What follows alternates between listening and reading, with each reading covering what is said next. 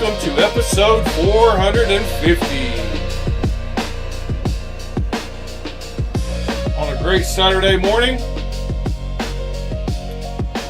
Beautiful outside. Yard sales starting to pop up.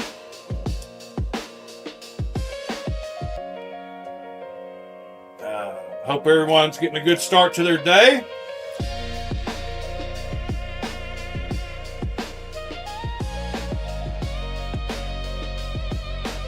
I'm just relaxing. Got home a little early this morning.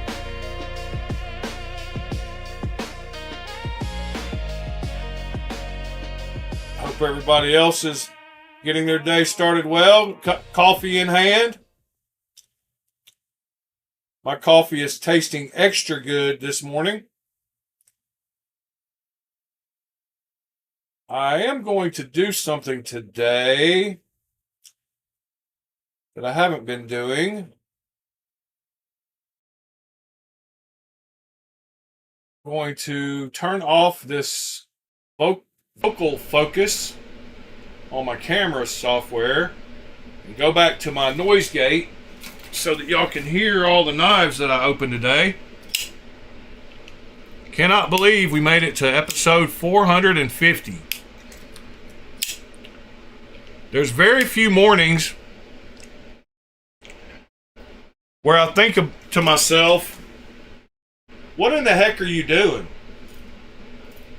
How have you managed to talk about knives for an hour and a half to 2 hours for 450 days in a row? There must be something wrong with you. Kind of what I was saying to myself. It also reminded me when Pete visited, he mentioned to somebody in his family, I think maybe his stepfather, he was talking about the fact that I had gone so many days in a row or whatever, and he was like, how do y'all sit around, how do y'all find something to talk about for an hour and a half to 2 hours every day about knives? And I was like, I don't know. I mean, well, he was like, I don't know. We do. We figure it out. But it made me think, like, I don't know. How do we do it? I just know that if it wasn't for y'all, I would have given up long ago. And then by y'all, thank you, Mr. Mister. Thank you, Mr. Bob. Thank you, Mr. John. Thank you, Mr. TC. Thank you, Mr. Whalen. Hope all y'all are doing well. So,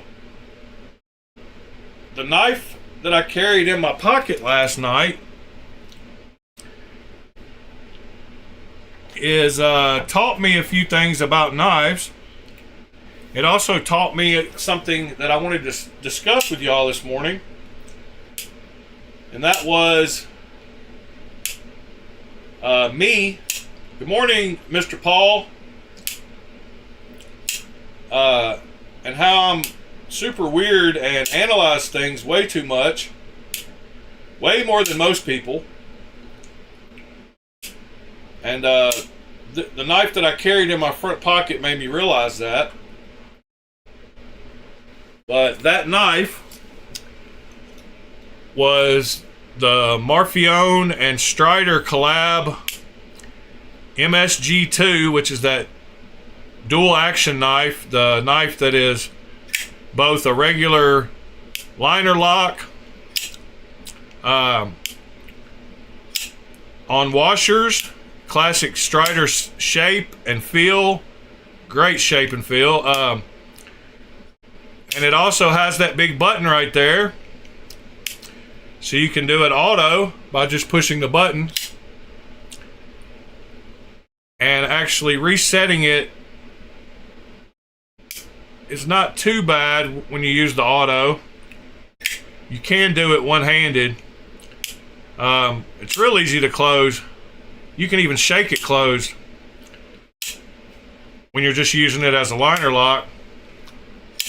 But that dual action pretty dang cool.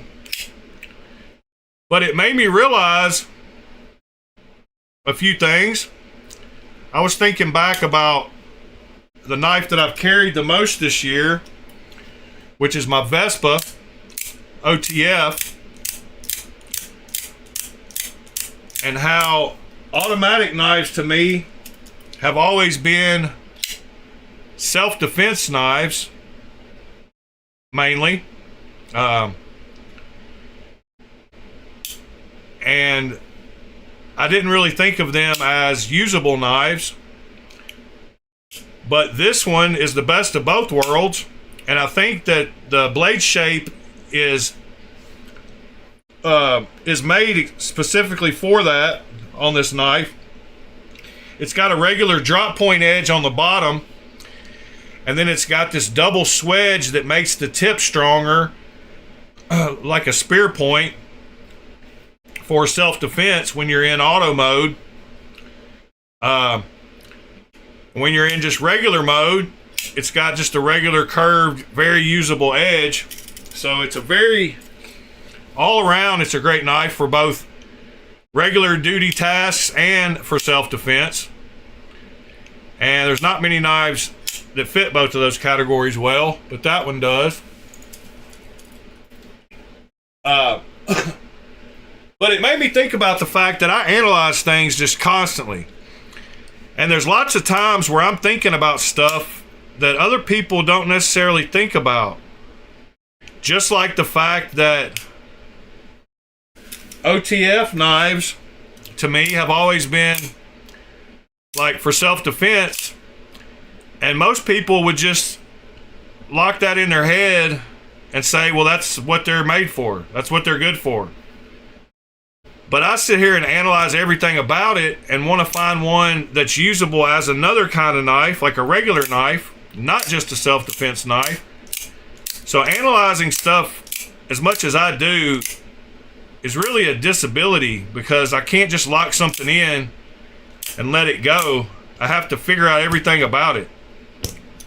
And that's the same thing with this knife.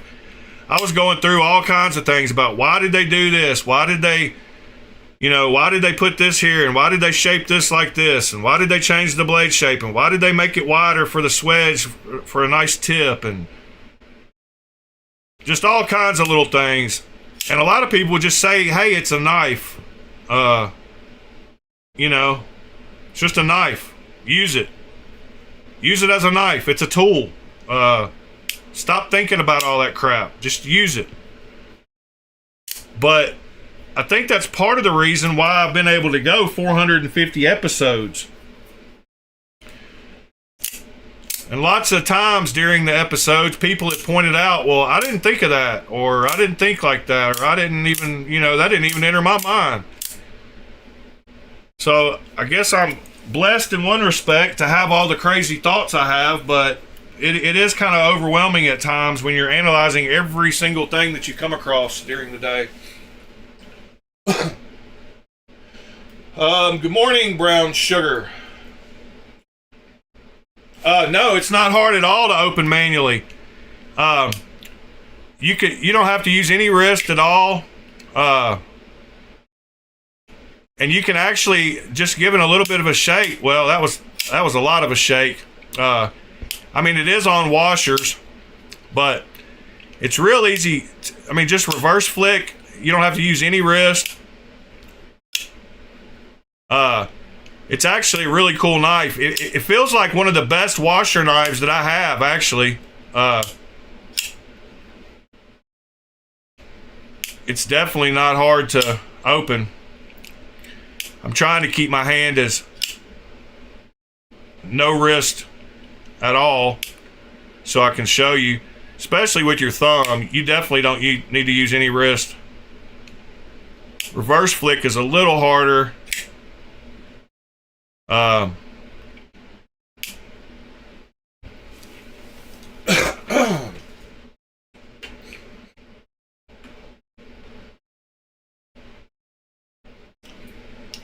Good morning, Tristan.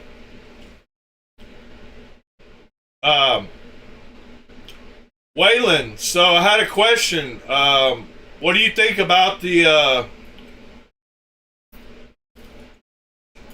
oh my God, the stitch? What do you think about the stitch?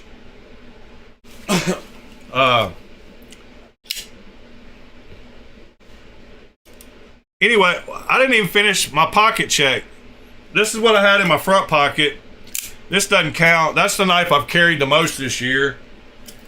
And then in my back pocket, I had the little mini Cortex Mini. And man, this thing has just got perfect action. It's exactly like I like it. Just the right amount of detent, just the right amount of one little shake and close. So that was my pocket check for last night. Yeah, what do you think of the stitch? I didn't ever see your response on Discord this morning.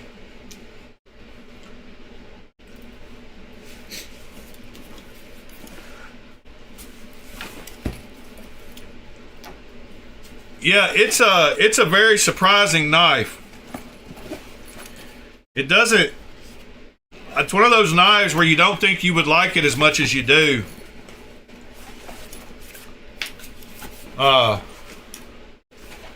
Once you have it in hand, I did take. I started out the night with this one because I wanted to tune it, and I did get this one tuned last night, but then I had to it didn't have enough detent, so I had to put a little bit of detent back.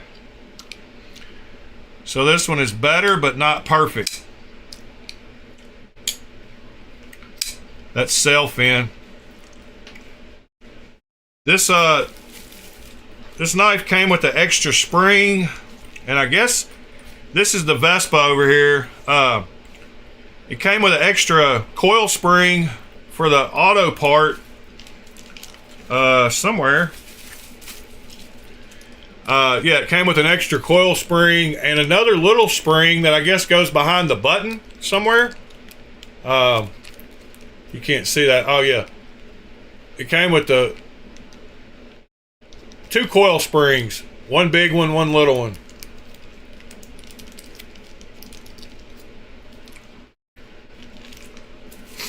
Oh, that's awesome, John. I still haven't gotten mine. I actually messaged them because I think mine are lost, and I ordered all 3, so that sucks. But that came with an extra spring, and then I guess might as well get to the star of the show, which is this right here.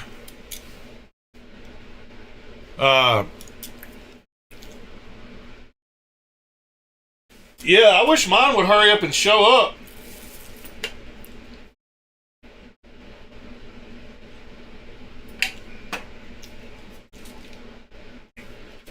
$450 in a row. I'm probably going to say that a few times today, because it's still shocking me. Which one of y'all uses a gravity knife every single day of your life? Who in here EDCs a gravity knife? I bet none of y'all.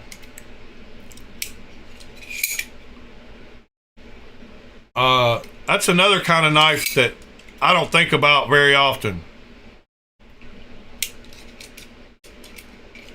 And I'm not used to using one.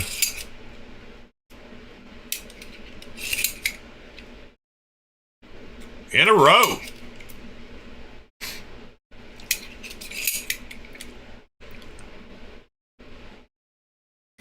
I don't think any of y'all use gravity knives. Yep.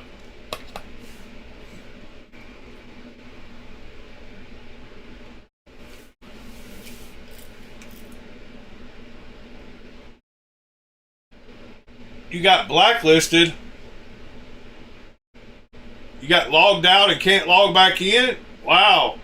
Somebody hijacked your AliExpress account?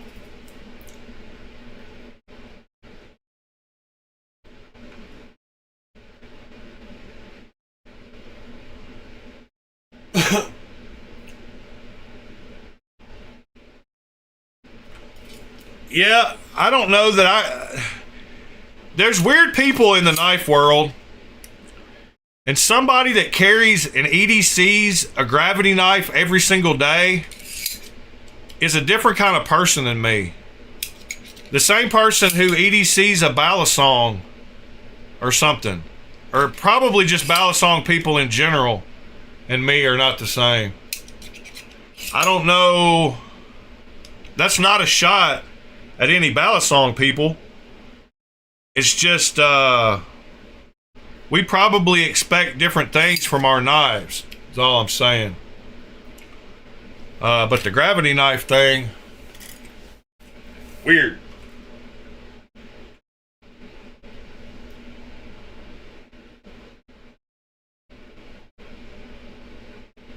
Hey, that's a good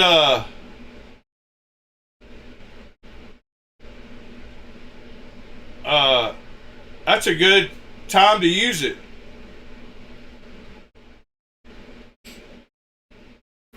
I don't know, some of those balisong people, man, they're pretty hardcore.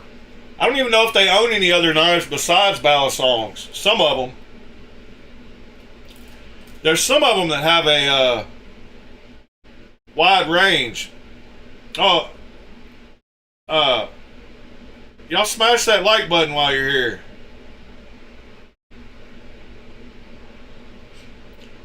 Oh, you're fishing? Dang. That's pretty awesome. All right. Few things about this knife. I love the little wooden box.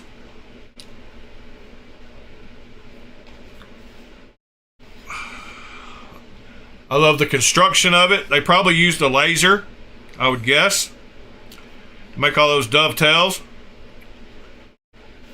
I like the fact that you don't need a COA with this knife, because all you do is you slide it out and you slide it back in, and you got your COA.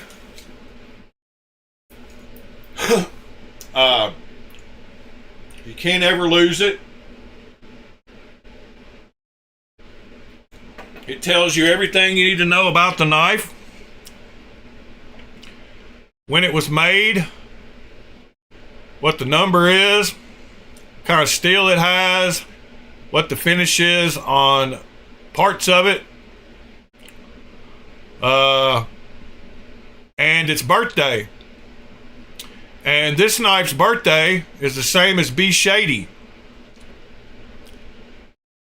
So 5/22 is B Shady's birthday, and that's when this was created, born, put together, opened for the last time by the factory. And this knife has a few things about it that I can tell are mid-tech or kind of custom that I haven't noticed in other knives. So I'll talk about that too. But this is it. It is the Rob Johnson Cypress. One of my better knives I've ever gotten. It is a front flipper only, unless you can get your finger in there. Which I don't think you can. You might could get, I don't even think you get your thumb in there either, but maybe you can get your thumb in there. Somebody might be able to. But pretty much front flipper only. The parts on it are weird. It's got a weird construction again, like a lot of these knives. But it is very smooth. Has a super cool mirror polished on the flats. with a stone wash on the blade. And this thing is very light. The action on it, I had to tighten it up a little bit because it had lock rock. And I gotta work it in a little bit. It takes like 3 little shakes now. I can get it in like 1 shake, but I need to do a little more tuning on this knife. But it had lock rock, the slightest bit of lock rock, and it's super light. Like, it feels like a toy. And I want to know how light it is. It's a 7.6 inch knife with a 3 1/4 inch blade. So it's not a small knife. I can get 4 fingers on it easy.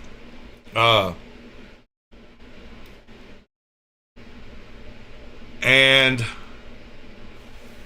it's 2.5 ounces.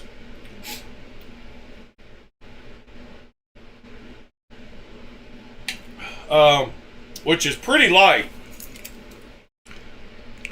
I bet it's lighter than this mini. Let's see what this mini Cortex is. This mini Cortex is 3 ounces. And this one is 2.5, and it's way bigger.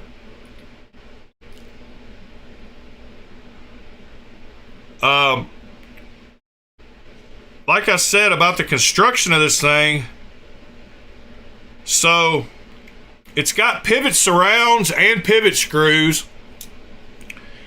and it's got a super weird layout. So I don't actually know how it works. Yeah, I do. All right.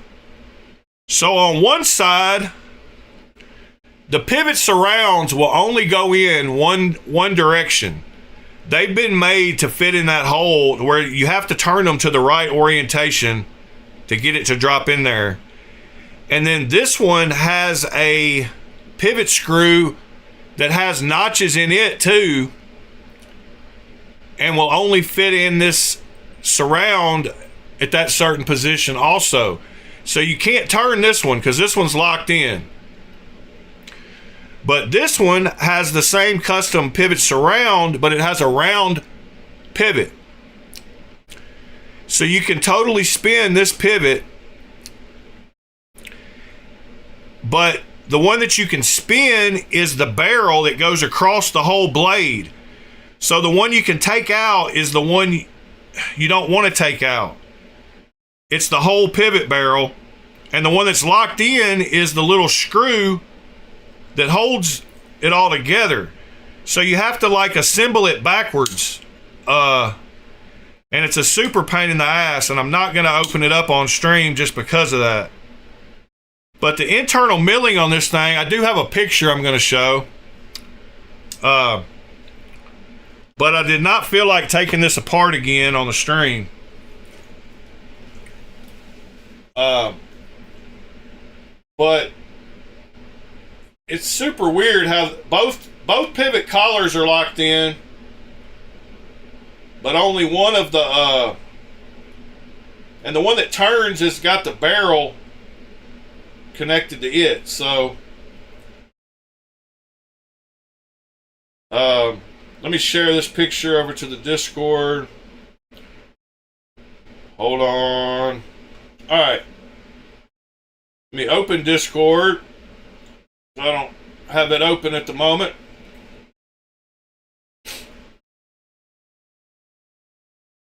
Yeah, it makes me not want to open the knife. It makes me want to leave it alone, but I got to tune it a little better.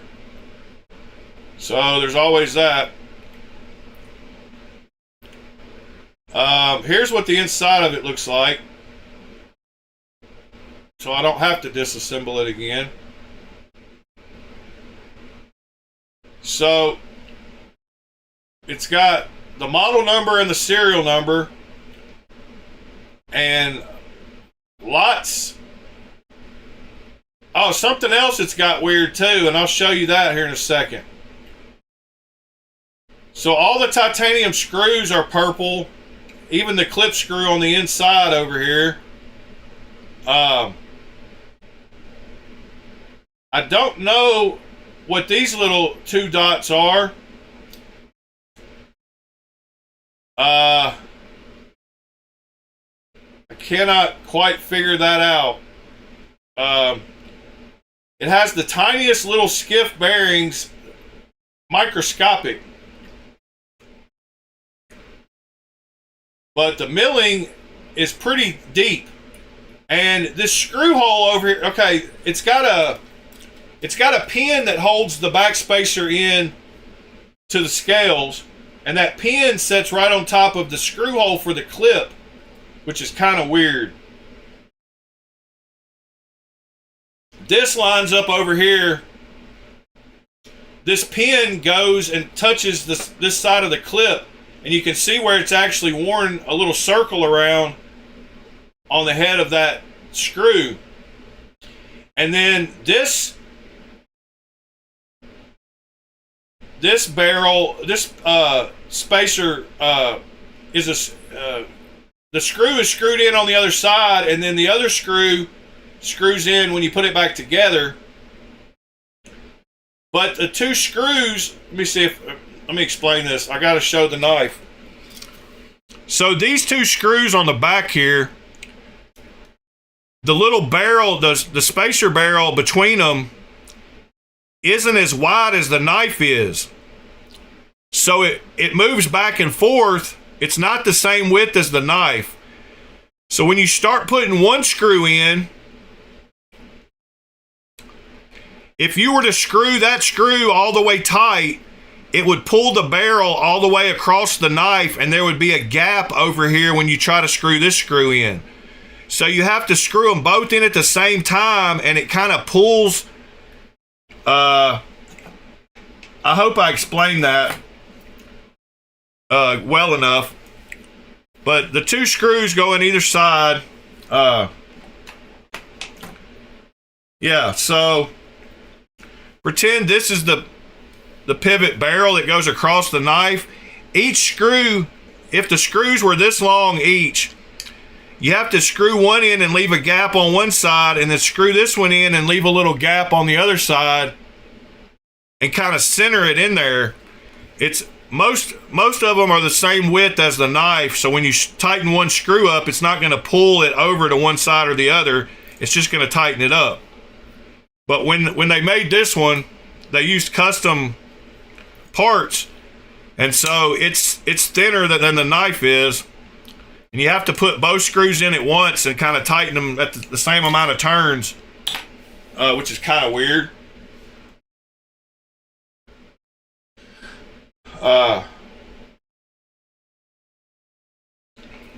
So yeah, I don't know. I can definitely tell that it's got a bunch of custom stuff done.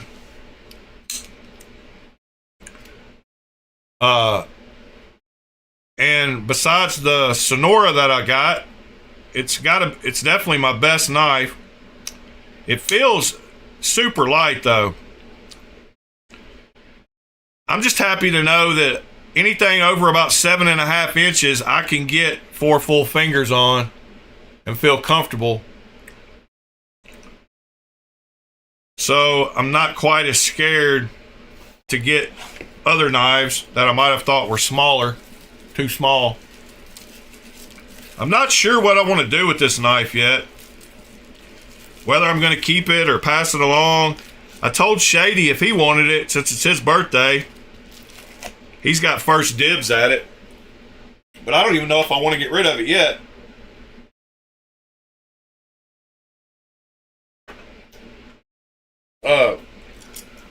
We're definitely starting off slow this morning. Guess everybody's had a good Friday night. Sleeping in.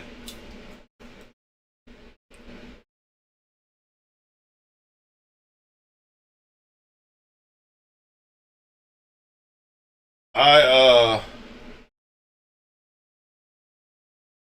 know that weekend shows usually start off kind of slow. People wake up and filter in.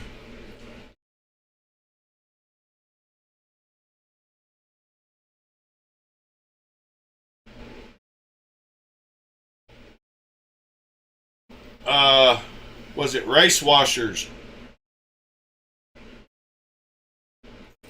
I do think, no, I don't think it, no. It's got,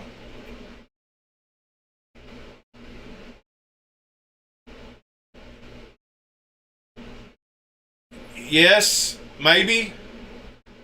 I don't think they're race washers because they don't come out. I think it's milling in the side of the titanium.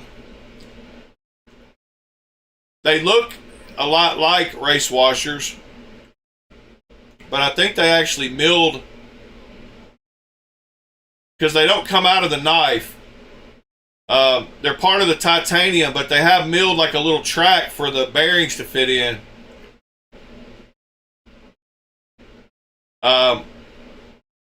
But yeah, they're part of they're the same color as the titanium, and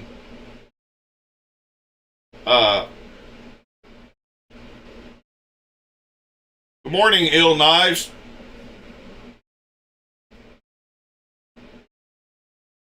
Oh yeah, Tristan, the extrovert. You said you like it.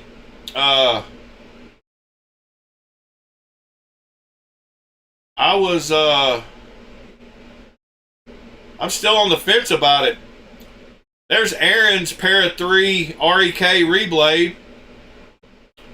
Oh yeah, I had that's pretty cool. The front flipper looks good.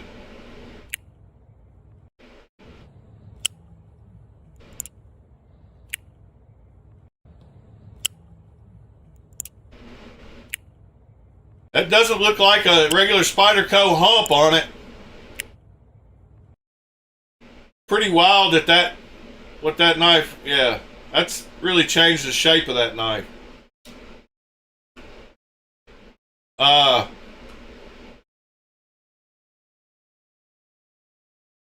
MKM Tomato. What did you say? Tomavo? Tomavo. You say tomato, I say tomavo.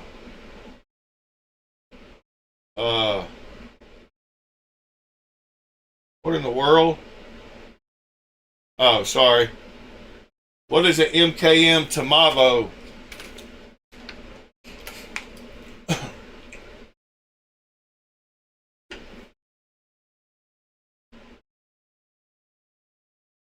Oh, that's from one of my favorite designers, Vox Knives.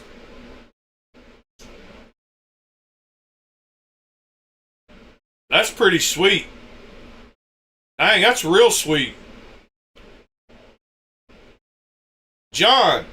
Oh, that's too small for John. Wondered if he'd seen that one, because that looks kind of like our style knife.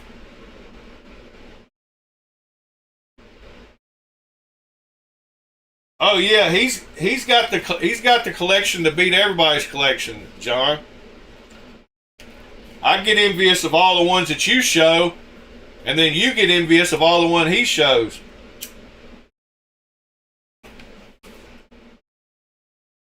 He definitely has.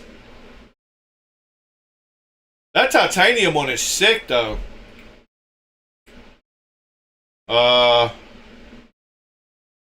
You got that one. I love Vox Knives stuff.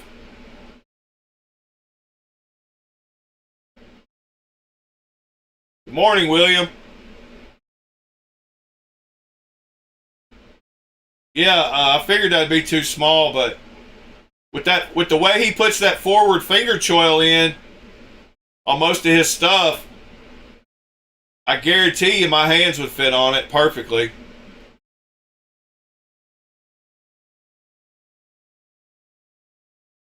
Yeah, man. That's a beautiful knife.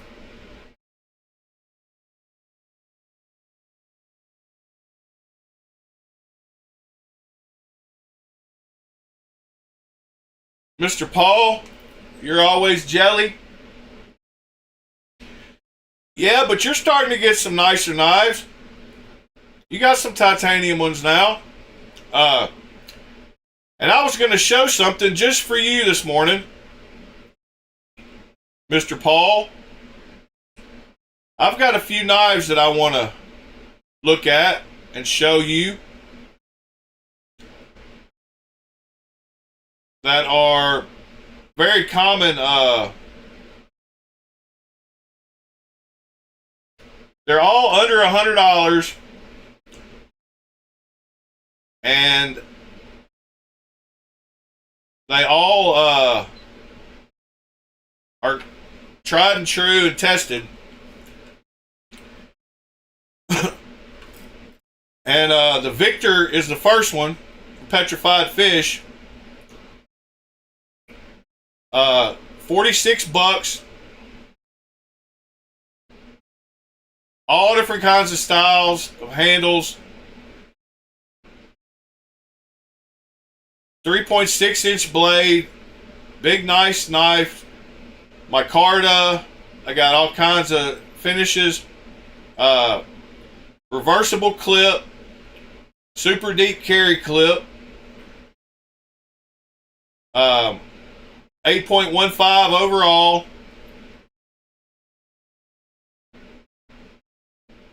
Great little knife.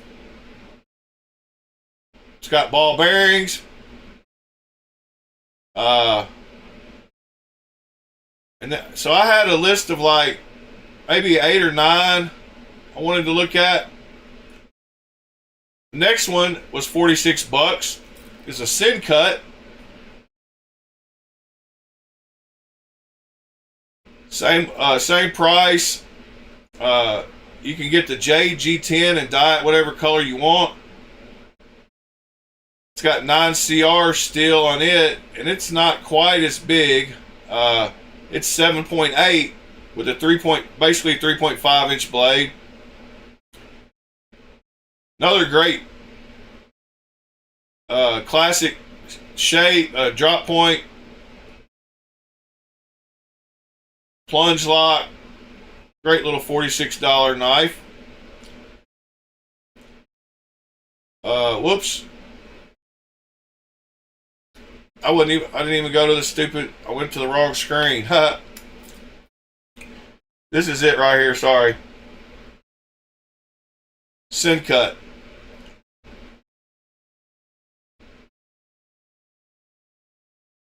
Which is basically we and Civivi and Sin Cut are all under the same build quality. So 46 bucks.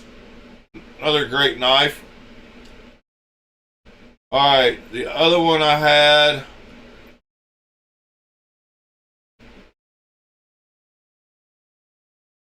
Let's see, what else did I have listed?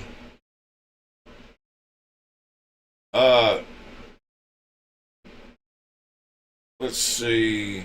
Come on. The Eagle Strike is another one around that same price by Tenable. Got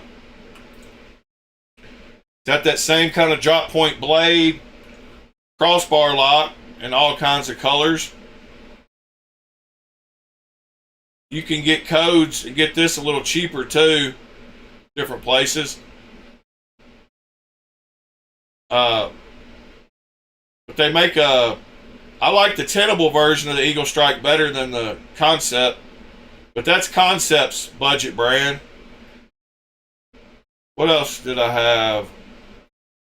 Oh yeah, the Kaiser, the Nice Guy. I think that's one of the ones you bought on sale one time. You might have got a Nice Guy at some point.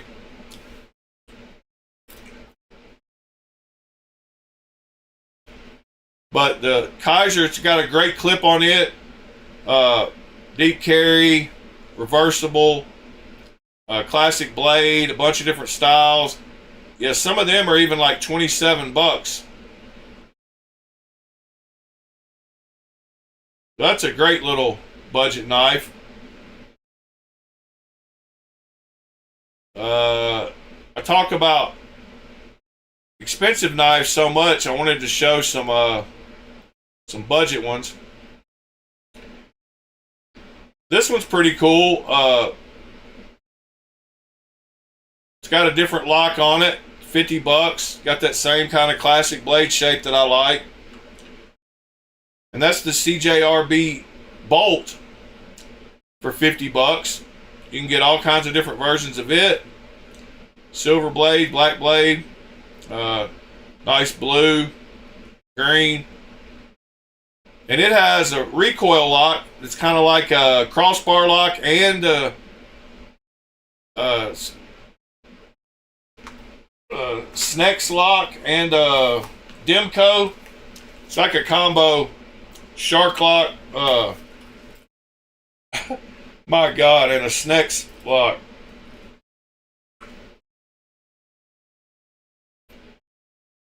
I haven't actually tried this one out, but I thought it looked like a good deal for 50 bucks.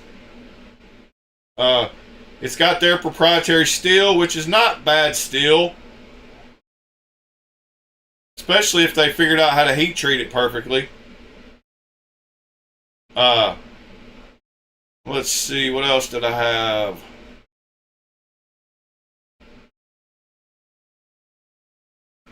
The Raccoon, of course. It's a little bit more. It's like 65 bucks, but it's still around that same. $60 knives. There's so many nice ones.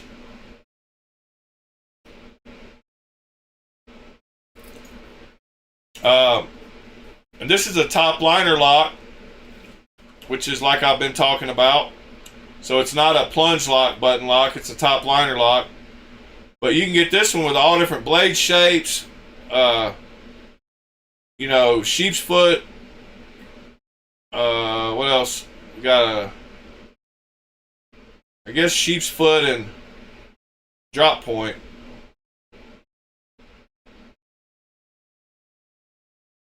But yeah, great knife for around the $60 mark. And of course, if you want a fin rear, get a tenable fin rear because they're the cheapest ones. And they still don't break the $70 mark. And like I said, you can find them cheaper elsewhere. This is just the tenable website. But if you want to check out a fin rear, you might as well get the tenable, because you can get this nice micarta with Nitro V for 70 bucks, and you get that fin rear shape. You can get it in the crossbar lock or the plunge lock. There's a purple and black one for 56 bucks. That'd be the one for you right there.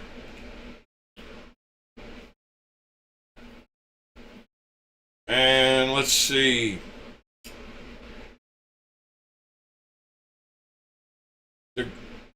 The Griffin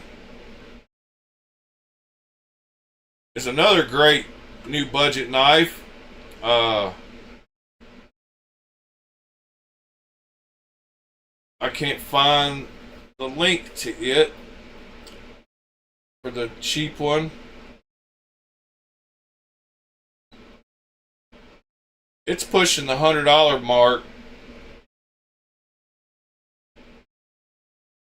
But if you want something more, let me see. I was looking at that. Maybe that's not the best.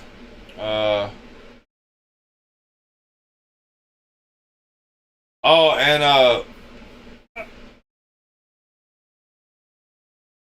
well, dang it. I guess that's about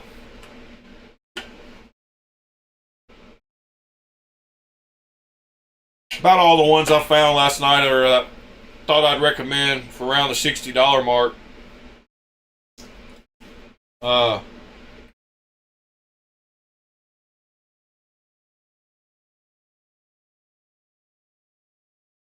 Yeah.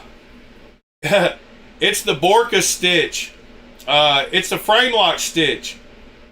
So they make the ram lock and they make the auto, but you can't get the frame lock unless you get the Borka, if that makes sense.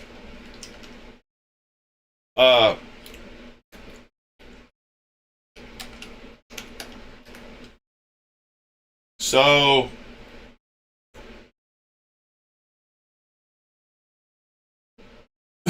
let's see.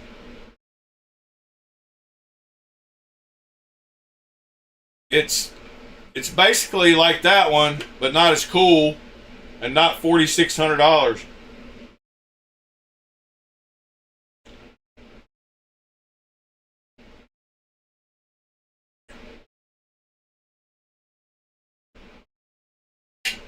Oh yeah, the Palmetto State Armory Kronos, the Brazen. This knife is one of the best ones ever. Looks like they're out of stock right now. Dang, that sucks. But yeah, the Brazen is one of the best ones. There's a link to it.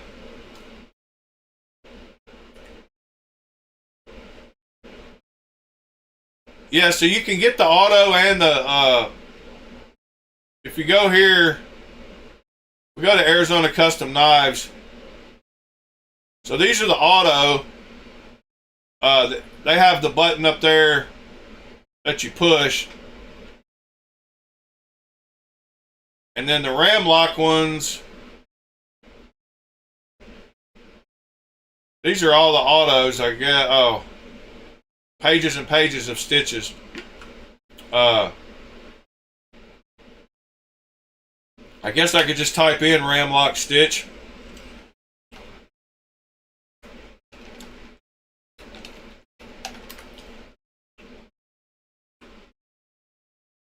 Stitch ram lock. Dang it. Just saw it. So they look like that and have the ram lock.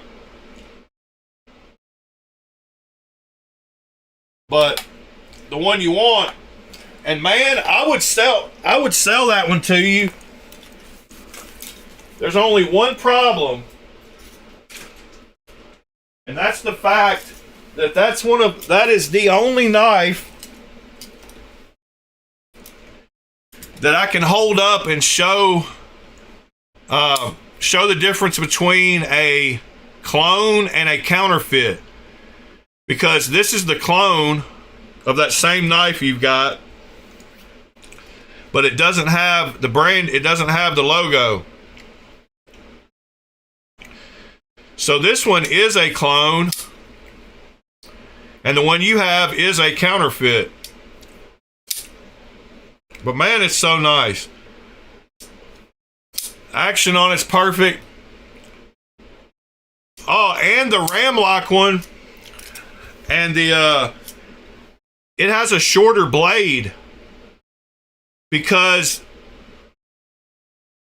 the choil is bigger. This forward choil is bigger on the ram lock version, so you get more blade on the frame lock version too. And when you choke up on the knife, it makes it seem little bitty blade on the ram lock version. I pulled out the ram lock the other day and showed that comparison, but the blade's way shorter on the ram lock. Do I like Magna Cut or Crew Wear better?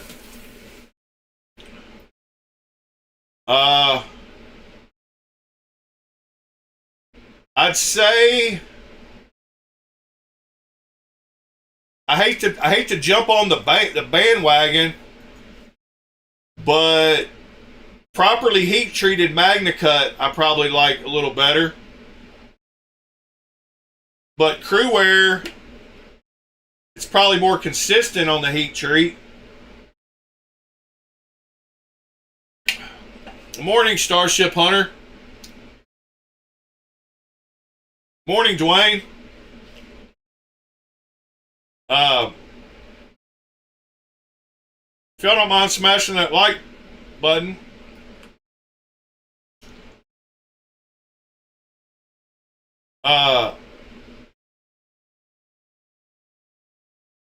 Let's see.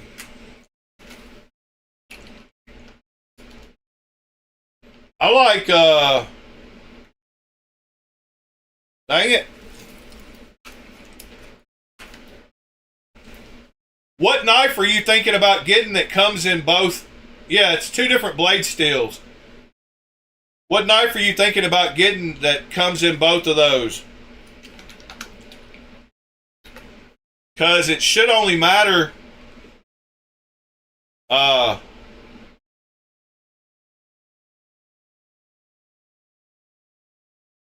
you know, because you can't get, well, I mean, unless you're getting the same knife They're both great.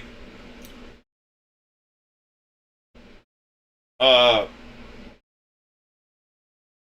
Magna Cut seems to be a good. I mean, everybody uses it nowadays, and I'm kind of burned out on it.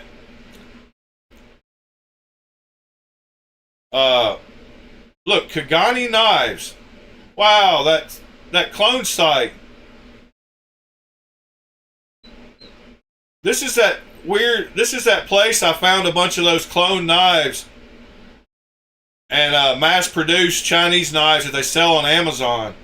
I should say Amazon knives and those clones. This was that company I found the relative, all these relative ones. It's a company that actually makes them. And they have an article on Crewware versus Magna Cut.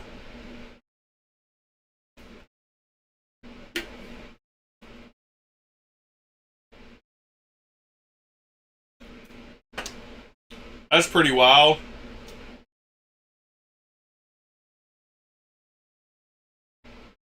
Scorecard. Edge retention. 5.5 for Crewware, 6 for Magna Cut. Toughness, 8.5 for Crewware, 7.5 for Magna Cut. Corrosion resistance is probably the biggest one that you need to worry about. So if you're by salt water or water a lot, otherwise they're pretty even. Ease of sharpening, 7 and a 6.5. Hardness, 60 to 65 on Crewware and 60 to 64 on Magna Cut. The winner was Magna Cut, Crewware, Magna Cut, Crewware, Crewware. So we got 3 for Crewware and 2 for Magna Cut from these people. C-notch, 38 foot-pounds. Oh, wow.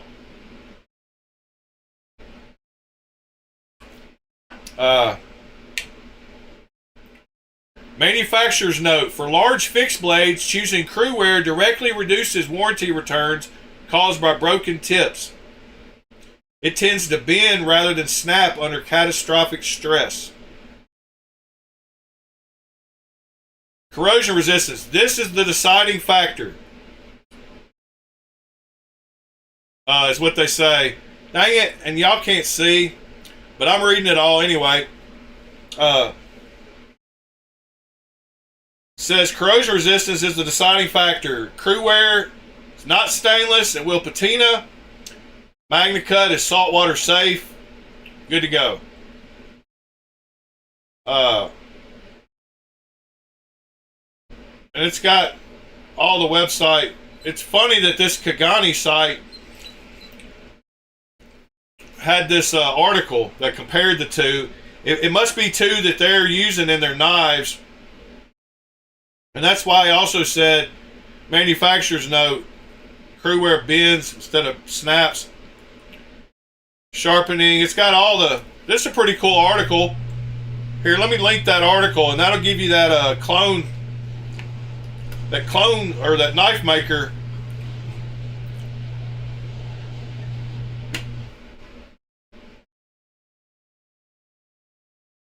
But yeah, that's that site. That's Synchronicity again.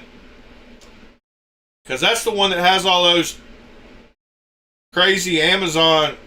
That's that OEM. It's one of the top 10 OEMs in China. And tons of these knives are sold by other companies. Even like CRKT. Like some of these are sold by... This company manufactures knives. Oh wow, that's that same blade shape I was looking at on that other knife yesterday.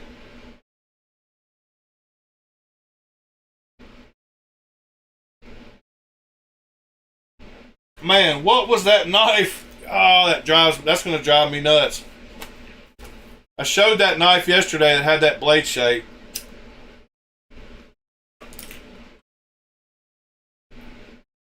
What in the world was that? But some of these knives should look very familiar. And this company does knives for other companies. So they're one of the biggest OEMs in China. One of the biggest hidden OEMs in China. And when you go to message them about any of these knives, you got to buy like 500. You got to get a quote. You got to buy 500 or 1,000 or whatever. There's a cool little slip joint, an M390.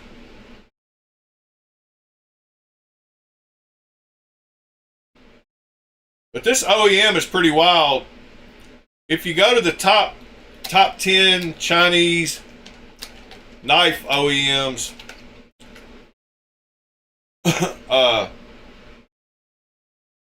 there's this other company, Blick Knife, makes Billick Knife, and then Kagani is number 2. Lee Knives, Hinstrong, QSP, Guangzhou Sano Industrial, Riot, Bestech. But up here, this Billick Knife, they make a bunch of kitchen knives. But this Kagani makes a ton, and so does this Lee Knives.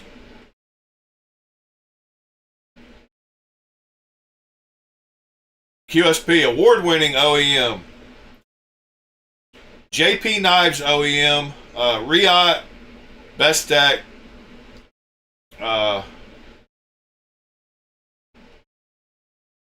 This is a cool article to read too if y'all want to learn about Chinese OEMs.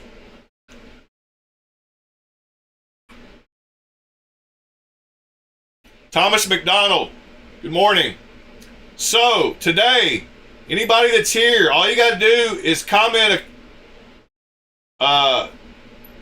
in the chat and say hi.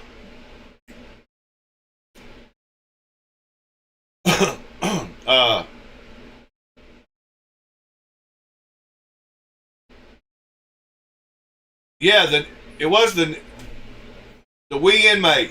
Is that what it was? All right, hold on.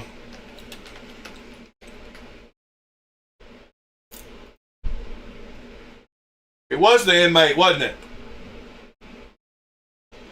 Yes. Man, it's got the same swedge and everything. Hold on a minute. Let's go back.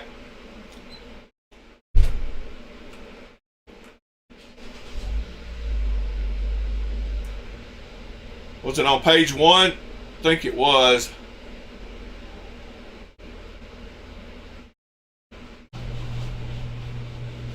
The swedge is a little different.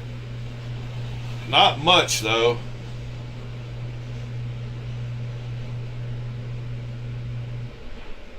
It could be the angles of the knife, too. Handle's a little different. Let's see. Let's get a closed picture.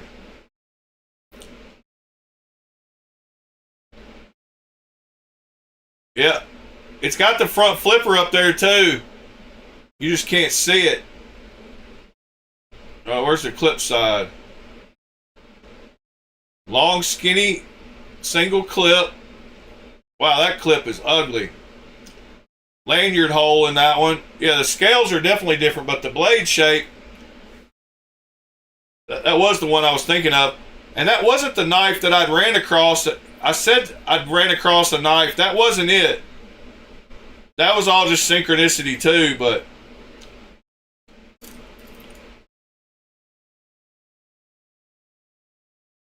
I swear that looks like something else too. It's got that big forward. That looks like a Vox-Naze design that we were just talking about. That's a copy of a Vox-Naze design. I guarantee you with that forward choil. But it's pretty interesting going through, because if you browse Amazon knives, you'll see a bunch of these that are on Amazon. Like these right here sell all over eBay and Amazon, and so does this little. And they make the little sabenzas and cozies too. They make the relatives and the nimbles, and the oh, and this is a Sativian. I've got one of these knives. Sativian released that one, so they OEM that for Sativian. So finding this company is pretty cool because it lets you see who these little pop-up companies that pop up on Amazon all the time, like Sativian and Ifengro and all these weird named ones. This is the company they're getting their knives from. So if you wanted to make some money, you could come up with a name for your knives, buy 500 or 1,000 of each of these, put them on Amazon, and make a ton of money.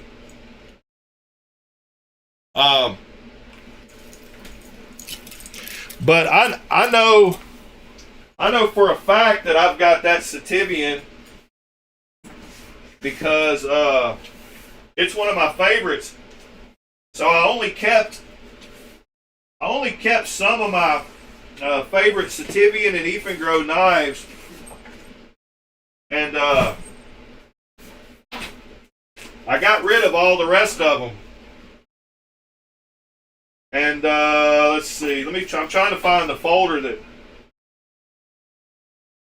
has them all in here. Here it is, right here. So here's that Sativian knife. It's the JG10 one in the top, and it's the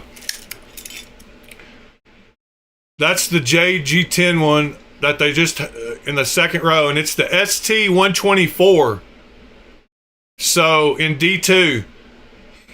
So that knife was made by that company and then bought by Ifengro, or bought by Sativian to sell on Amazon. It says blade material D2. It's the same exact knife. I can do my little back and forth if I can get it the right size. I don't know why it's not coming across as JG10, but that's the same exact knife. And there's a lot more of those that company makes. But I get interested in trying to find these knives. And there'll be plenty. That's another one that Sativian or somebody sells. I've been trying, there's been numerous times in my life where I've been associated with importing products from like Alibaba, buying a shipping container of products, and if you did that with knives, you could stand to make a lot of money, because they'll sell you these knives for $3 and $4 a piece, and you can sell them for $20 on Amazon all day long. As long as that's a Tucson. I don't remember which Tucson model it is. Tucson bought. So this company. Oh, and there's that's the Max Ace something or other. Dang it.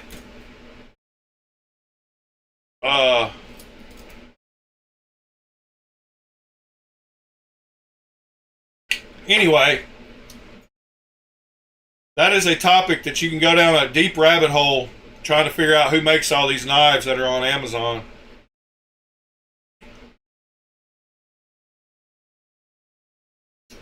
Black Mirror. Thank you, Pete. But it just shows you that all these companies are really closely linked when you get down to it. And basically, if you're willing to buy any Chinese knife, you should be willing to buy all Chinese knives, because they're all coming from the same factories and groups and areas, and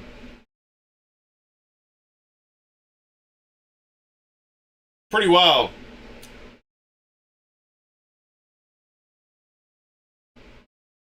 Thomas is on top of things too. I can remember what it's supposed to be, but I can't remember all the names. I've got too many names to remember. But this is one of my favorite Sativians. That's why I kept it. Like, I love the quality of this knife. ST-124. It would be on my budget list for sure. It's got nearly as good a crossbar action as like Kaiser. Super good quality. And I don't mind D2 blade steel, so there's that. But these are the knives that I started on. So since we're 450 episodes deep, I might as well talk about where I started. And that's with a bunch of these Ifengro and Sativians. And I did a bunch of dyeing, and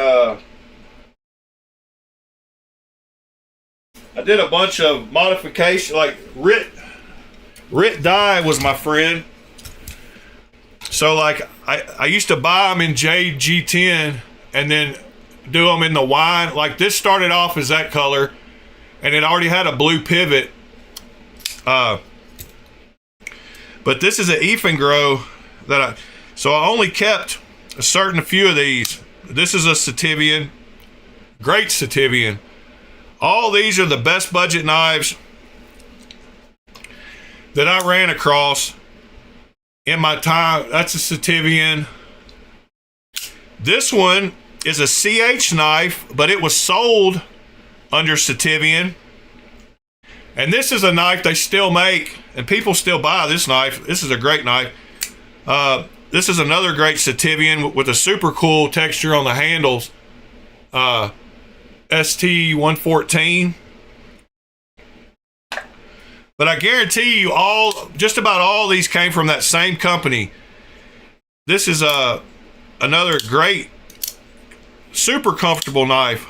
Like, I don't know, man. They really figured out how to put together some knives. Sativian and Ifengro is where I started all my collection from, though. And I got rid of and this one is one of my favorites. This one's so good it has a name, I think. The Bearfly.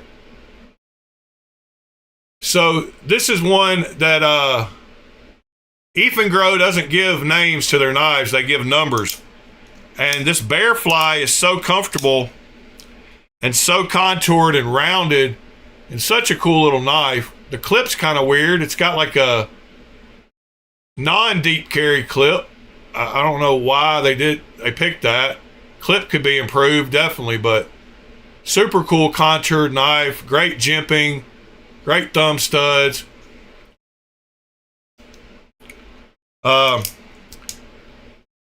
This one has a limp flipper. Yeah, the angle on it, it's off, it's back behind the pivot. It should be up above the pivot to get leverage. But yeah, mine has good detent, so I guess that makes up for it. But I could probably fail it. Let's see. Yeah, I can fail it halfway.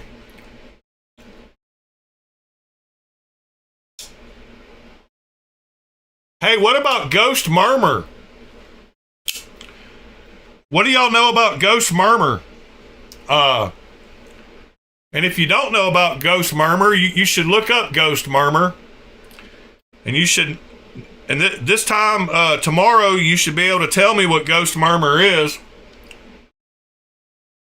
And why it's freaky. And will freak you out. But those are the ones I started with. And I had maybe 50 of them, but I put together a bunch of bundles and sold them all off. And these were the ones I kept. As you can see, I'm a fan of drop point blades, or a straight back blade. And then I kept this one because I dyed it and I really like that wine color. Like that wine color is super cool. To be able to turn a knife this color into that color, pretty dang cool. William knows. Ghost Murmur.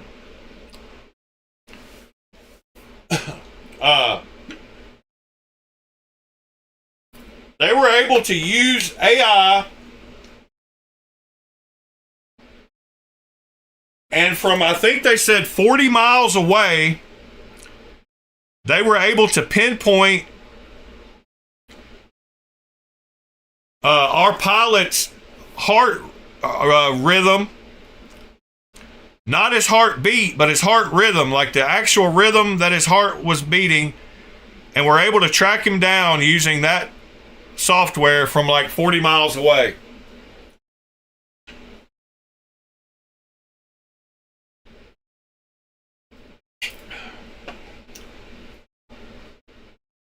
They cut me off. What do you mean? Oh.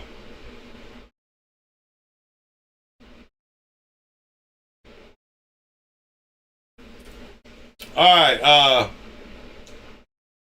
ST103. That's funny, John.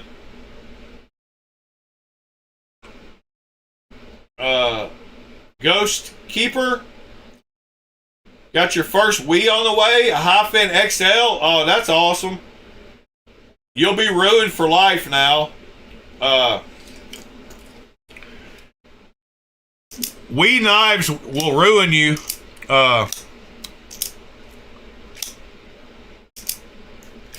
Once you get one. Morning, Matt Maurer. Just reminiscing about some old Sativians and Efengros. It looks like I kept all the Sativians. The Efengro there. That was sold under Efengro, I think.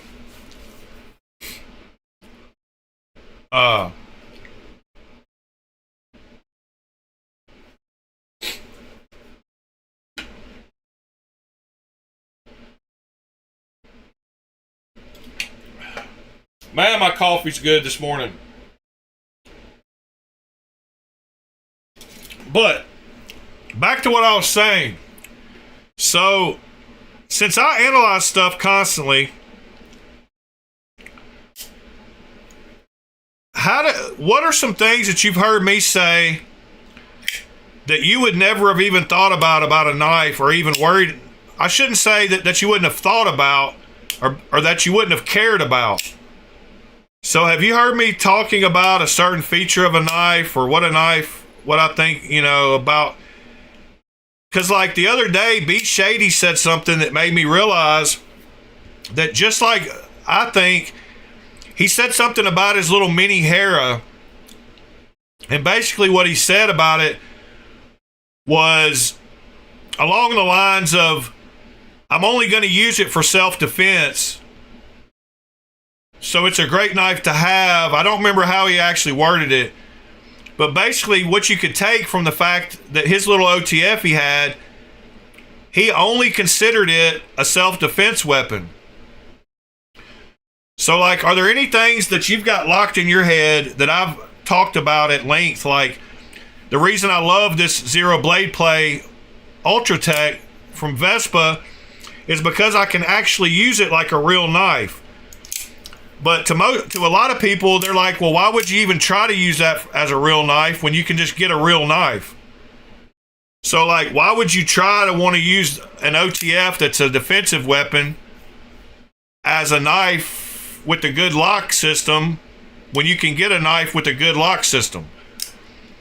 But since I'm always analyzing everything and trying to figure out how to make everything, why it is what it is, or what it's useful for, or I come to conclusions that other people might just check that box and move on. But I keep focusing and ultra focus on things. And it's part about being a Virgo and being, I just analyze stuff constantly all around me. you know, anything my eyes see, I'm trying to figure out 10 different things about it. And it's kind of like a nightmare at times, but it does help me work through problems and be a great like problem solver, to see different sides of a story, you know, different sides of a position. But I know Pete has said numerous times that, like, I wouldn't even thought of that. Like, and I kind of felt stupid for even thinking that way, because some people are just so locked in on how they feel about certain knives. And, you know, some people just see knives as just strictly a tool, and all this other garbage is really just semantics, and, like, it doesn't matter if it cuts stuff. That's what a knife's for. Let's move on. But I don't know. I think the people in the hobby that have joined me here have been those people that are kind of wanting to learn more about the entire hobby, and like learn different reasons to like different things in the hobby, instead of just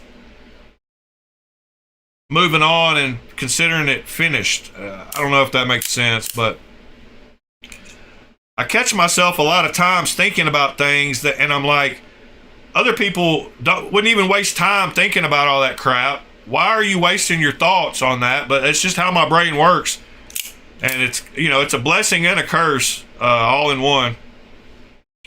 But that brings me back to this knife and why I think, like, it's built off the Strider frame, which is one of the most comfortable frames of any knife I've ever felt. The way the handle sits in your palm and the way you're locked in, either behind the pivot, or they always put this forward place to choke up on it. Both of those places are super locked in. So you got a nice inset liner lock knife that is always going to work, no matter if the spring breaks on this auto or not. It's always going to be this frame, this liner lock knife, with great washer action, great ergos, great size. And then they took the blade, and instead of just making it like a regular drop point blade, they doubled up this swedge to make the tip stronger, so that when and if you do use it as an auto and you're in, you know, a position that you need to actually like quickly open it, then the blade shape is perfect for that. And then it all fits together in a nice, I mean, I'm really impressed with this knife, and I'm kind of catching on to what Marfione does. And as much as I might think the dude is kind of a tool, he's pretty much got down some very nice designs of knives. Microtech and Marfione Customs, he teams up with the right people. You know, he teams up with Borka. He teams up with Strider. And then he uses his facilities and know-how to kind of put it together. And man, I really can't see much wrong with this knife, and it's surprised me a lot. I mean, the original is $4,000, so this Vespa $300 version is how I'm going to go. But it's a washer knife, so it's only going to get better over time, and smoother. So yeah, I think it's a winner. It doesn't have any of his logos on it either, because Vespa doesn't do that, so that's cool too. So it doesn't have his logo across the clip like they normally do. It doesn't have his logo on the blade. So yeah, Vespa's done their thing this year for me. Both this one and this one. I've carried this one more than any other knife, because it was a knife that I pulled out and used like a regular knife because it doesn't wiggle. I've always hated OTFs because they wiggle, and this was the first OTF I'd ever felt that didn't wiggle. So I felt like, well, let me use it like a regular knife, and I have. But that's why I love this hobby, because there's so many different parts and pieces, and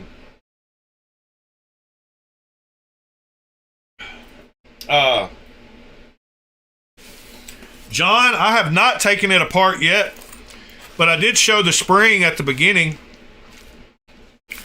It's just one of those coil springs that goes around and clips in the blade and somewhere on the scale. But it looks like it also has a spring that goes behind the button. So there's some pressure on the button. So it's got two springs. It's got one of those regular coil springs like any kind of auto, like a hinderer. It's got a little place where it clicks in right there on one side, and it's got the other opposite over here. And then it's got a little tiny coil spring that goes behind the button.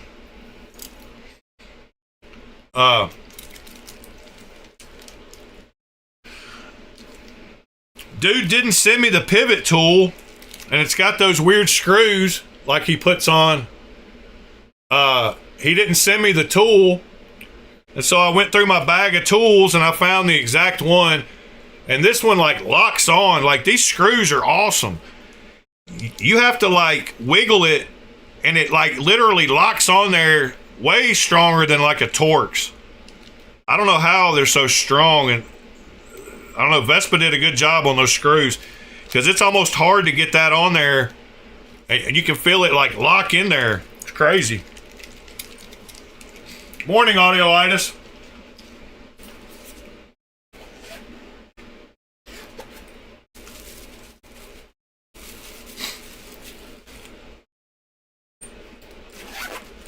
Yeah, that's another super cool Vespa. It's got real M390 too, which you can't beat.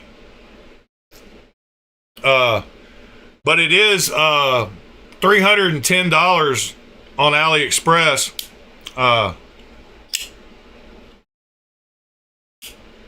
But I ended up getting it for $180.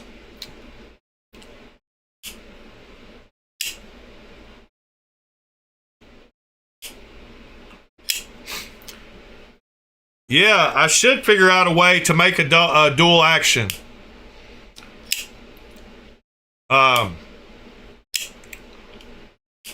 Dual action is super cool. The spring is it's pretty hard to reset the auto spring. So once you hit the button, you have to reset the spring right here. So it kind of takes a little bit of pressure. But after you reset it, then you don't have to. Then you can just close it regular until you, but after you hit the button, you can't close it. You can't shake it closed. It wants to spring back open.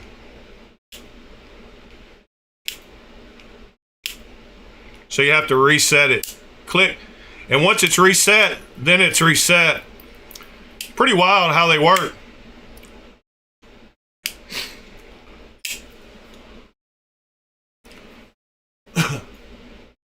I'm telling you. In fact, let me just show you. I can show you better than I can tell you. So one of these was so tight, I was like, what's going on here? Why won't this go on there?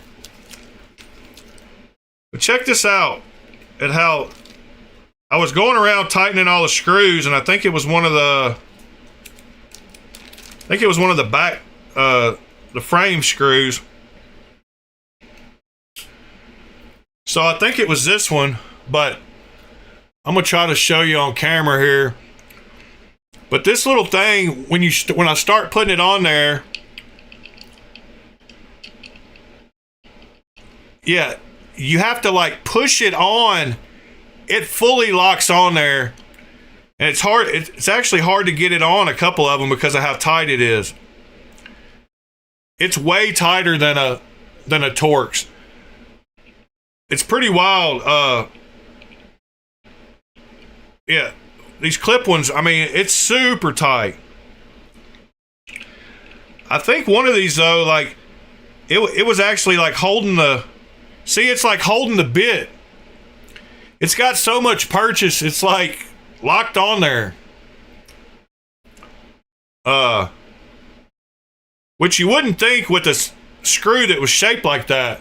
But I'm shaking it and everything, and it's locked on there.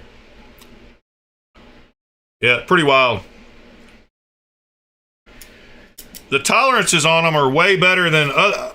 I've had another knife that had this, and it didn't feel like that Vespa. It didn't fit like that. It didn't like lock on there. I don't know. I like people that take pride in their work, and Vespa seem to do that.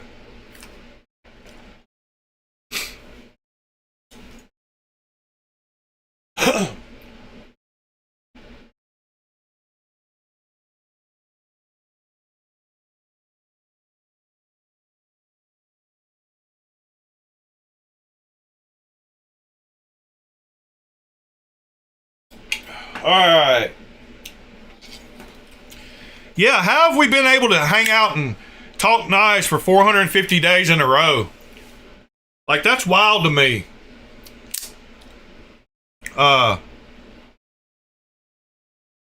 Super wild.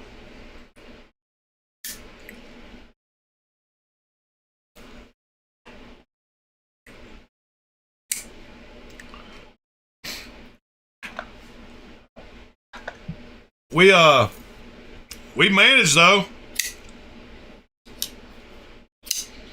And button actuated frame locks.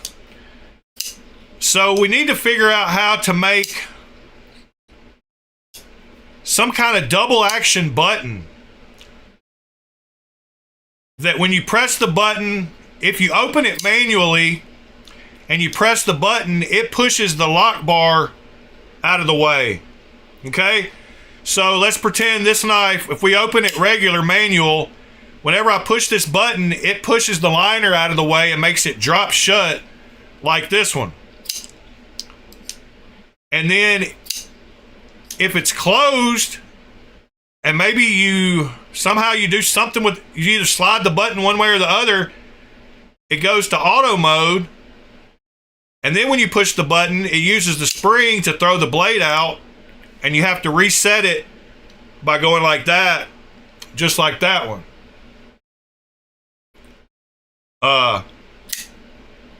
If we could figure out how to make a dual purpose button like that, where you slide it either one way or the other, just a little bit, that would take some, yeah, that would take some design. Yeah, I'm telling you, last night Lou posted a link to that orange and that Vosteed uses. There's another carbon fiber that has the orange and blue, but this Nebula is fire on this knife. Like I'm ruined for all other fat carbons, and that, I don't know, this piece of Nebula is fire, and I can't get any more carbon fiber knives if it doesn't have this pattern. But yet I just bought one that has that pattern. But yeah, the whole knife is pretty tight. I wish the blade shape was different. I wish it didn't have this blade shape. I wish it had this blade shape or this blade shape. I would have liked it a lot better if it was just a standard drop point. If it was like that. The front flipper is still fine, but I don't like this part up here.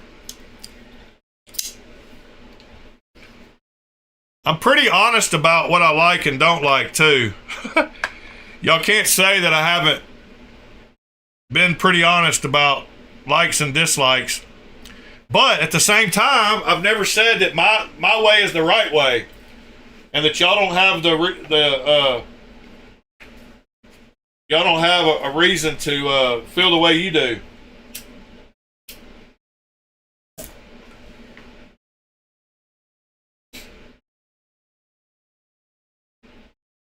Yeah, FOMO. I try not to get FOMO too much. Oh, William asked, Y-shaped tool for his Griffin. So, are you talking about, is it a pivot tool? I mean, a screw tool?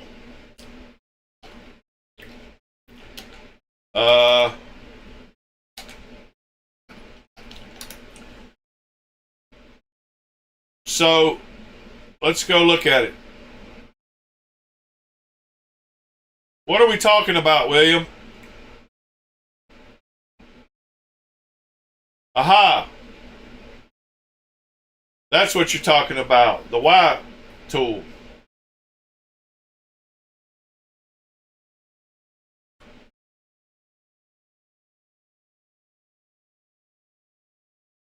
Well,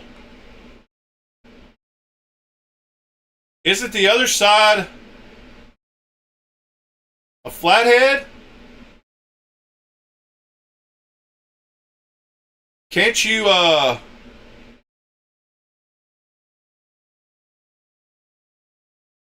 access it on, can't you use this side?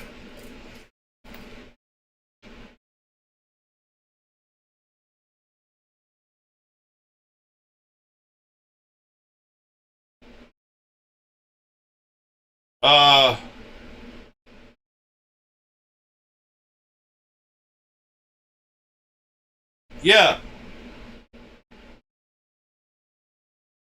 Well, on that side, you should be able to turn it. Maybe the other side is the captive side, and it locks into place and won't spin.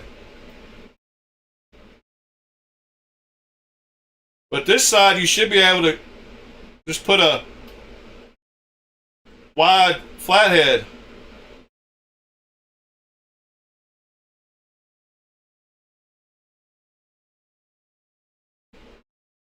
This is the knife that I was showing you. I was going to show you earlier, Paul. That's around $100. That if you want a super cool looking knife, you can get this one for $95. So they have a purple and black and carbon fiber one.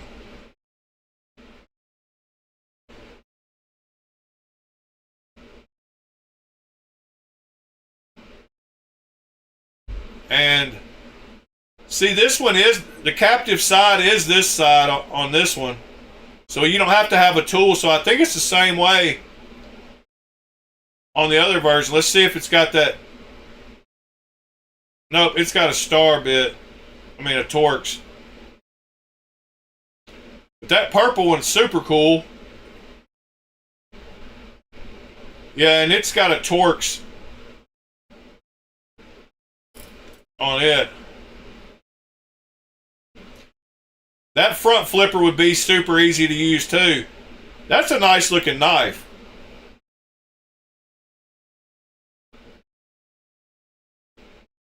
That's a real nice looking knife. It's got a flipper tab that's hidden in the scale, cut into the scale so it doesn't stick out. It's got the front flipper. It's got the blade hole. It's got a nice shaped blade. That's a pretty sweet looking knife.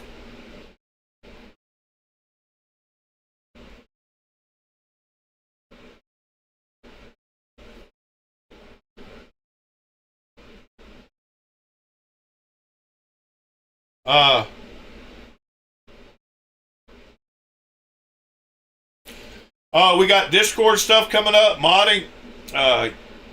Dude gave you some more knives to work on. Is that what you said?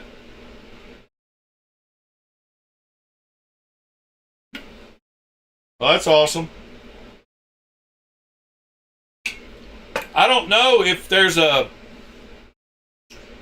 So on AliExpress, you can buy all the pivot tools.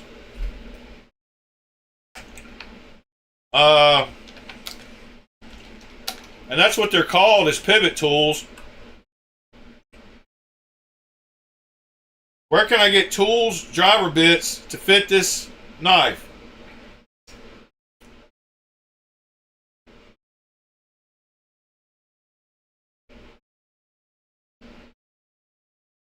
Uh,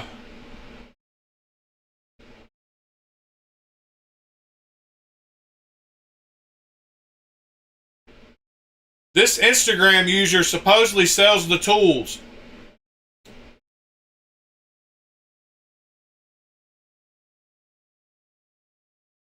They're for Shiros.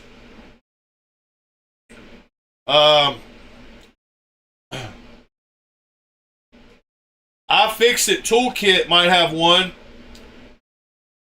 Here you go, William. You need to read this article.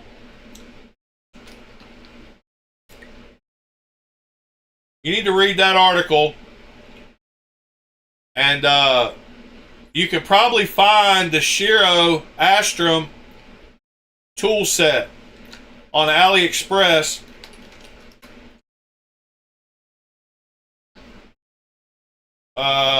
Let's see if, because I know they different places.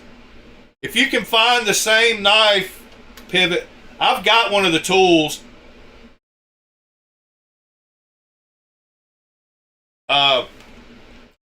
I've got one now that we know what it looks like.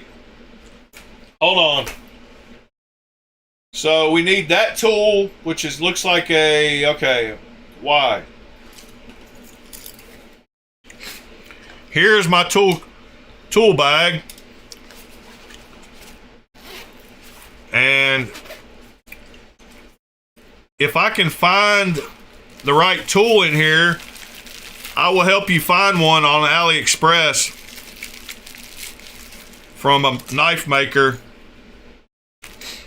All right, let's see what we got. We got a reverse triangle. That's not it.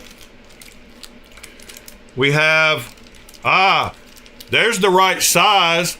I mean, there's the right shape, but the wrong size. All right. This is the 4-pin. That's a, I can't remember what that is. All right, there's the one.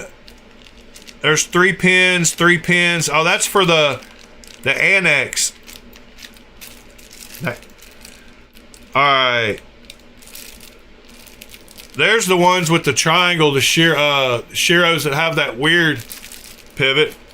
All right.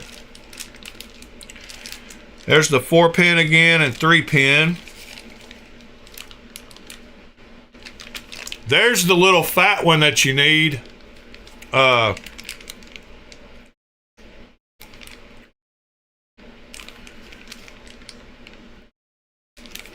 think that's the one for the other side.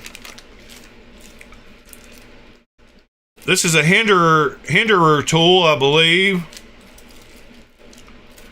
That's not it.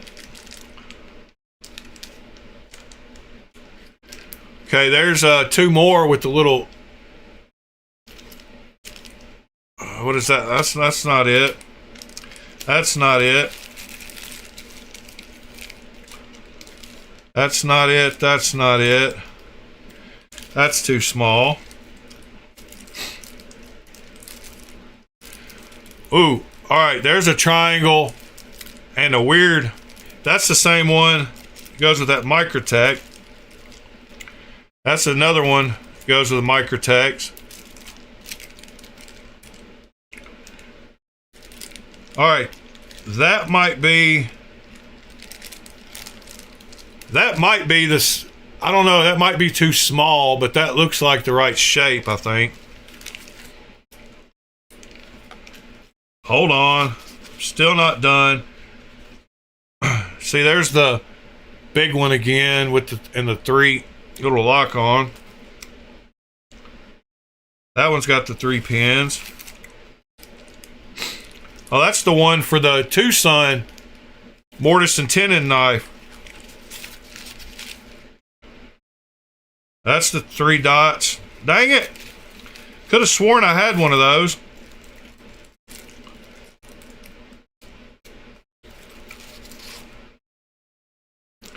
Three dots, 3 dots. I guess I don't.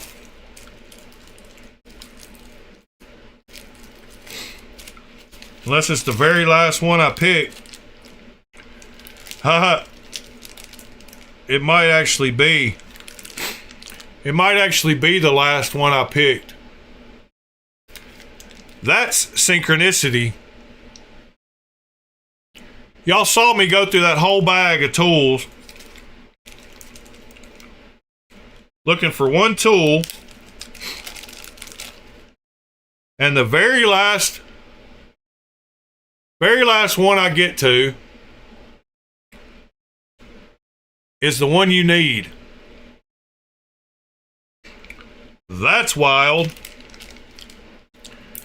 That happens to me all the time. I'm gonna set that off to the side.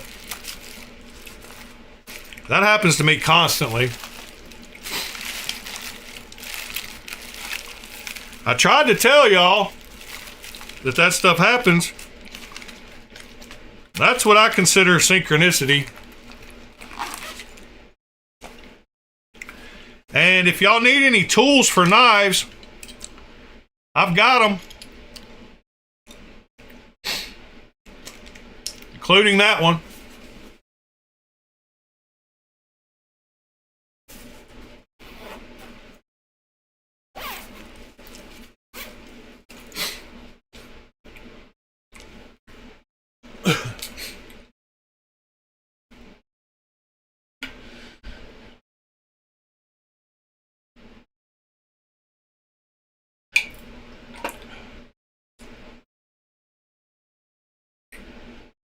Yeah, that's pretty wild.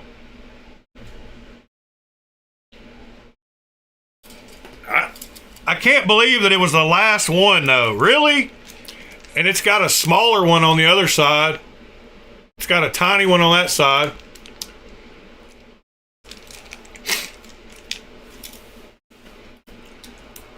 Yeah, I'll put a W for William. I'll find you one of these, William. Now that I know what I'm looking for, I'll send a picture. That's what I started on, Robin. That's what got me started in my whole collection. I had probably 50 Grow and Sativians.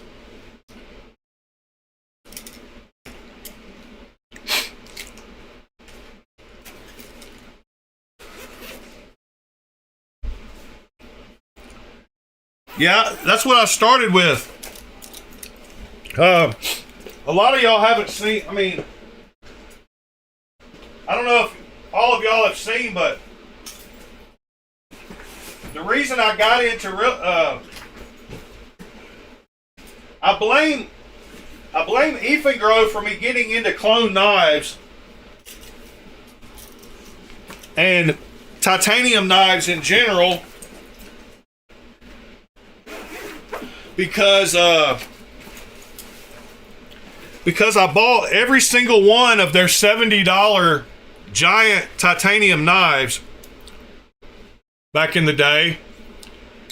And this is what gave me my love for giant titanium and for what $70 can get you from China. So I'm not going to go through all these again. I've done it a bunch. I will on a future video. But these are all the Grow titanium models that you could find. And in fact, some of them you couldn't even find because I had to get them right from them. But there's 5 of them. And there's, this one has titanium. This one doesn't. But there's 9 more. I mean, good grief. There's 7 more. So I've got 12 of their big titanium knives. That one's not, neither one of these are titanium. I got 6 plus 5. I got 11. This is the Grow. That's titanium on one side and carbon fiber on another. And I got this for $70. And when you can get a Strider clone, this much titanium and blade steel and nice carbon fiber for $70, I was ruined. I was ruined on other knives. But yes, I started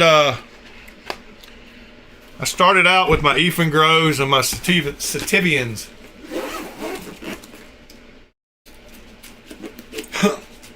And then I realized what China could make for 70 bucks. And I was like, well, I guess I'm kind of stuck.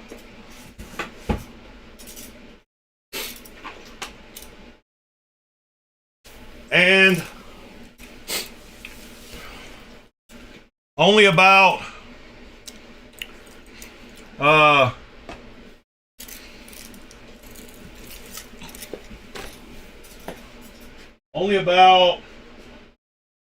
well, dang it. Trying to find a knife. Add about $20 to that, and I've moved up to this. Which is pretty wild. So for about 90 bucks, 95 bucks, I got this one. So I've moved from all those Ethan Grows up into stuff that's, the scales were milled by We for 95 bucks.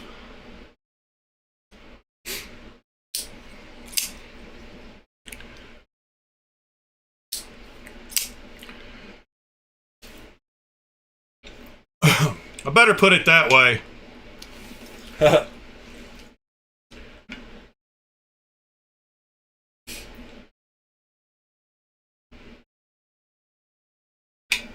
Alright, so I'm not going to do the drawing today. I'm going to do it first thing in the morning because I don't feel like doing it today. It's my show. It's our show. But on days like today, when we're celebrating something, it kind of turns into my show a little bit.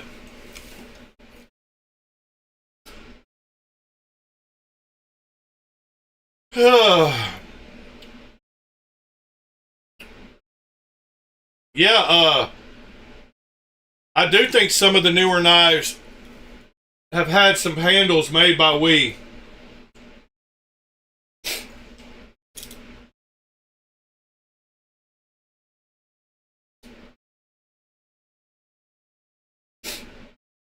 So, to get entered, all you got to do is comment in today's video.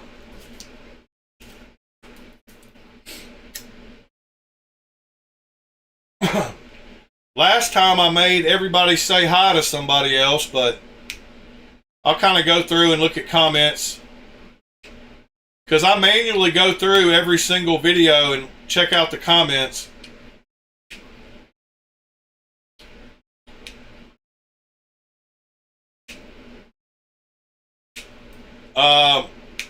Pete, I don't know that I have evidence directly, but I'd say if we're playing 3 degrees of Kevin Bacon, I'm probably 1 degree away.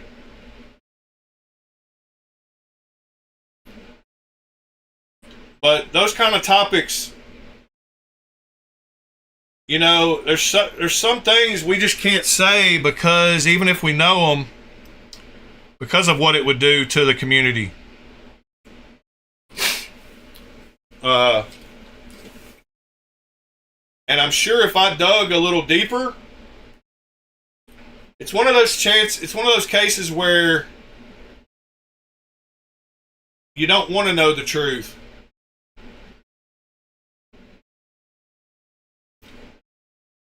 I bet if I dug a little harder or tried a little harder, I might could get proof, but who's gonna ever accept that proof anyway?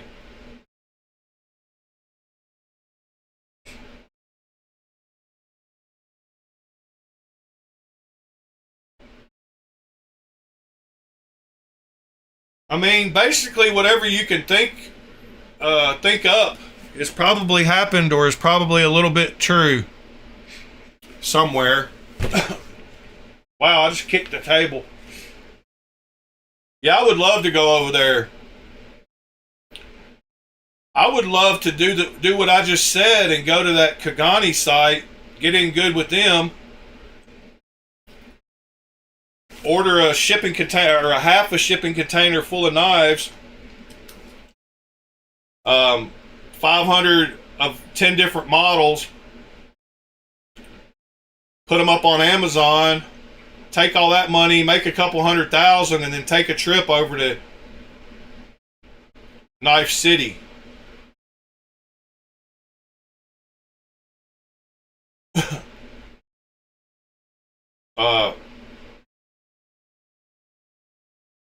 Yeah, that's what I would like to do.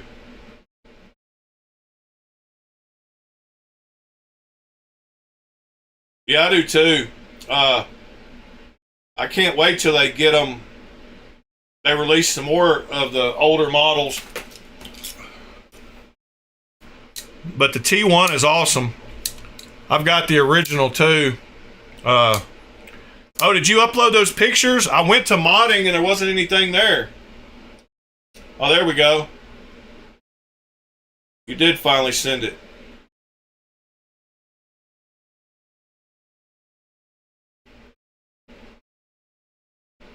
So, was this the guy that you're doing work for that gave you these?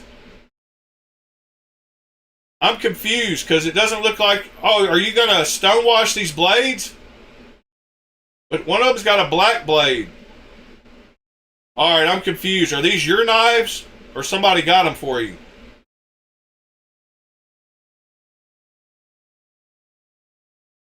Because weren't you doing some work for the local guy? I thought that's who gave them to you.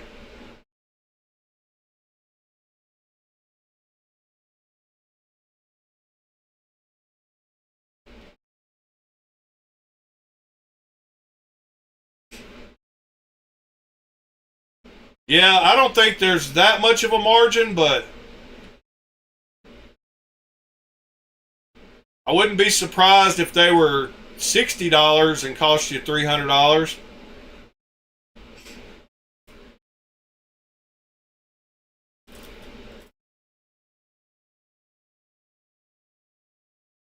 It probably costs them a little more than that, but not much more.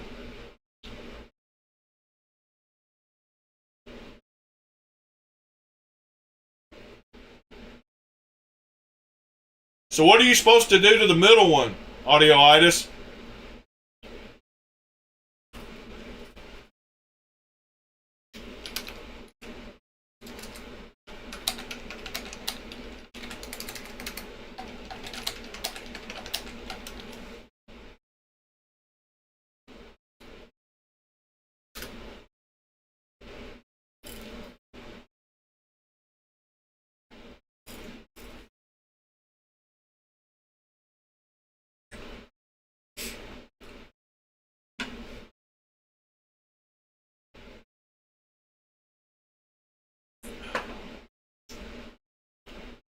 Are you gonna sand the blade down and then dark wash it?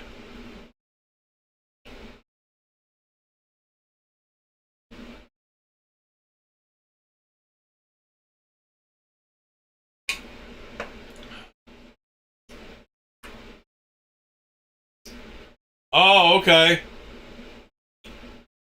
Are they? I hope they're titanium. Unless he gave you a set of titanium ones to go with it or something. Well, that's awesome. Good job, man, hooking up with your local knife guy. Well, alrighty, everyone.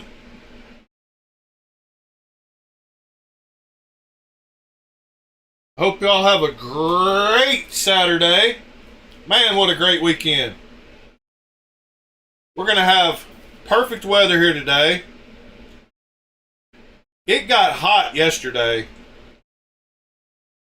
It's getting up to 83 degrees today. I'd say it got to 85 yesterday.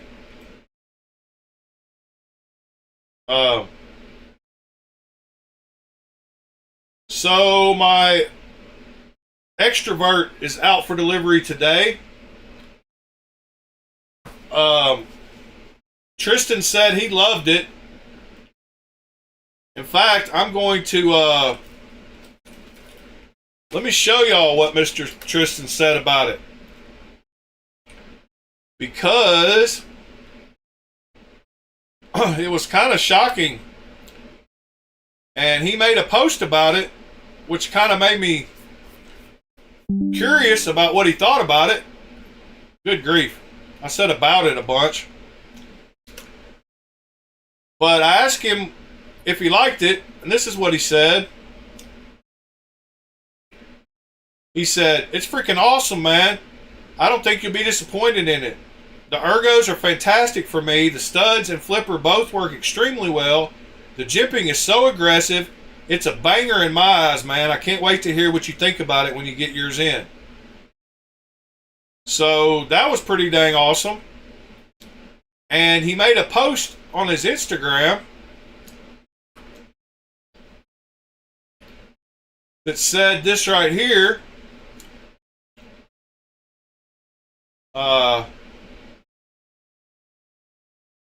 It said right here, it says, "Extrovert, it was love at first sight with this knife. As soon as I got it in my hand, I fell for it even harder. The ergos on the Extrovert are fantastic. The rock pattern locks your hands on this knife, and it's got a hollow ground LMAX blade. What's not to love?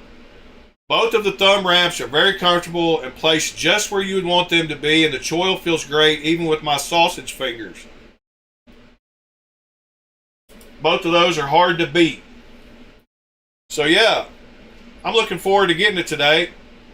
It's not my normal thing, but it's a Riot made LMAX blade, $150 knife. So Cat Scratch, good morning. You got in at the very end for the entry for today, and you did what you were supposed to do. You said hello to somebody. Actually, you said hello to everybody, and then you apologized for yelling at us, both of which are awesome comments. But yeah, I hope everybody has a great Saturday. If y'all need me, you know how to get me. And if you haven't joined the Discord, join the Discord. Come on. Links at the top of my YouTube page. Come on over to the Discord. Put your knives up for sale. Buy some knives from people. Talk knives. Go to the mod channel. Work on your knives. Go to your local knife shop like Audio-itis and customize some knives. Make some side money. And then Mr. throws a comment in at the very end. At least it's not political this time.